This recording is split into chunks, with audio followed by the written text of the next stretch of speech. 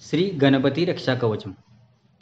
पार्वतेय महाकायं रिद्धि सिद्धि वरदायकं गणपतिं निधिपतिं सर्वजनलोकनायकं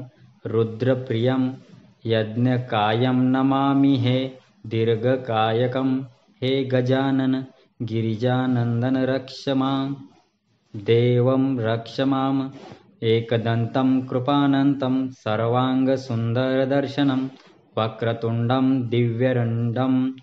अपूर्वमङ्गलस्पर्शनं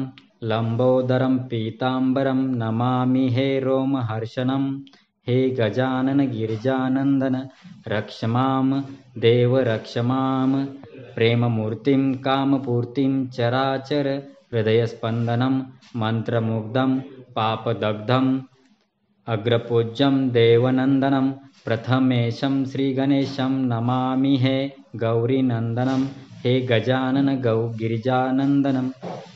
रक्ष मां देव रक्ष मां दिव्यतेजं कविराजं योगीजन आत्मकारकं शिवानन्दं पराद्वन्द्वं भावप्रदप्रेमधारकं विघ्ननाशं दीर्घश्वासं नमामि हे गर्वमारकं हे गजानन गिरिजानन्दन रक्ष मां देव रक्ष मां प्रथम मयूरेश्वरं द्वितीयं सिद्धिविनायकं ततश्च बल्लालेश्वरम् अस्ति वरदाविनायकं पंचम चिन्तामणिदेवं षष्ठं च गिरिजात्मजं विघ्नेश्वरं महागणपतिं नमामि अष्टदेवं हे गजानन गिरिजानन्दन रक्ष मां देव रक्ष मां तरुणी लभते वरं च पृथ्यार्थी लभते प्रेमम विद्यार्थी लभते विद्याञ्च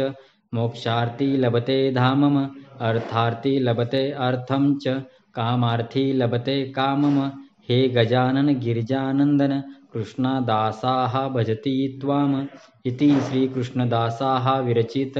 श्रीगणपति रक्षाकवचं सम्पूर्णं। श्रीगणेशाय नमः।